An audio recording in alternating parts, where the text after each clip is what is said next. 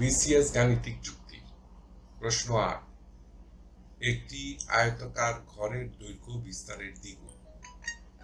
এর ক্ষেত্রফল 512 বর্গমিটার হলে পরিসীমা কত?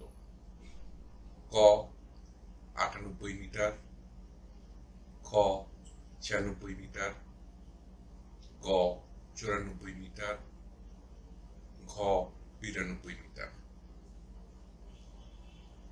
সূত্র ২৬তম বিসিএস। উত্তরটি চিন্তা করুন, একটু পরে মিটিয়ে নিন।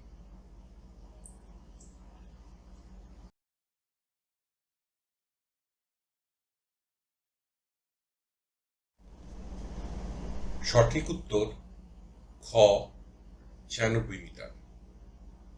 ব্যাখ্যা। প্রথমে এ বি সি ডি একটি আয়তক্ষেত্র আঁকি। মনে করি বিস্তার সমান এবি সমান সিডি সমান ক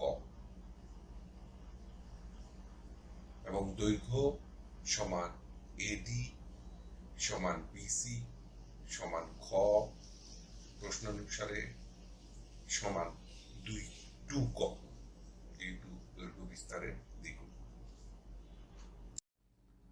আয়তক্ষেত্রের ক্ষেত্রফলের সূত্রটি হচ্ছে দৈর্ঘ্য গুণ বিস্তার সমান আয়তক্ষেত্রের ক্ষেত্রফল। আমাদের এই ক্ষেত্রে আমরা লিখতে পারি বা খ ইন্টু গ ইকুয়াল টু 512। যেহেতু খ ইকুয়াল টু 2 ক, আমরা লিখতে পারি বা 2 ক ইন্টু ক ইকুয়াল টু 512 বা 2 ক স্কোয়ার ইকুয়াল টু 512।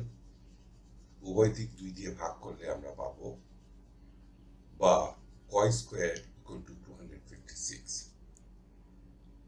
উভয় দিককে বর্গমূল করি বা ক square root over equal to 256 root over, অর্থাৎ ক ইকুয়াল টু বিস্তার ইকুয়াল টু 16। আমরা দেখেছি দৈর্ঘ্য সমান খ বা খ ইকুয়াল টু 2 ক equal two 2 into 16 equal to 32। সুতরাং দৈর্ঘ্য সমান খ সমান 32 মিটার। দৈর্ঘ্য ইকুয়াল টু খ ইকুয়াল টু 32 মিটার, বিস্তার ইকুয়াল টু ক ইকুয়াল টু 16 মিটার। আয়তক্ষেত্রের পরিসীমার সূত্রটি হচ্ছে আয়তক্ষেত্রের পরিসীমা ইকুয়াল টু দৈর্ঘ্য এবং বিস্তারের যোগফল ইন্টু 2। পরিসীমা ইকুয়াল টু খ প্লাস ক within bracket into 2 equal to 32 plus 16 within bracket into 2 equal to 48 into 2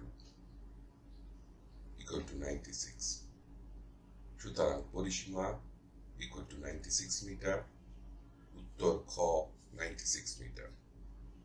ধন্যবাদ। টিউটোরিয়াল দেখার জন্য আপনাকে ধন্যবাদ। আপনার যদি কোনো প্রশ্ন থাকে তবে আমাদেরকে rhkstorecouk@gmail.com ইমেইল করুন বা মন্তব্য বিভাগে লিখুন।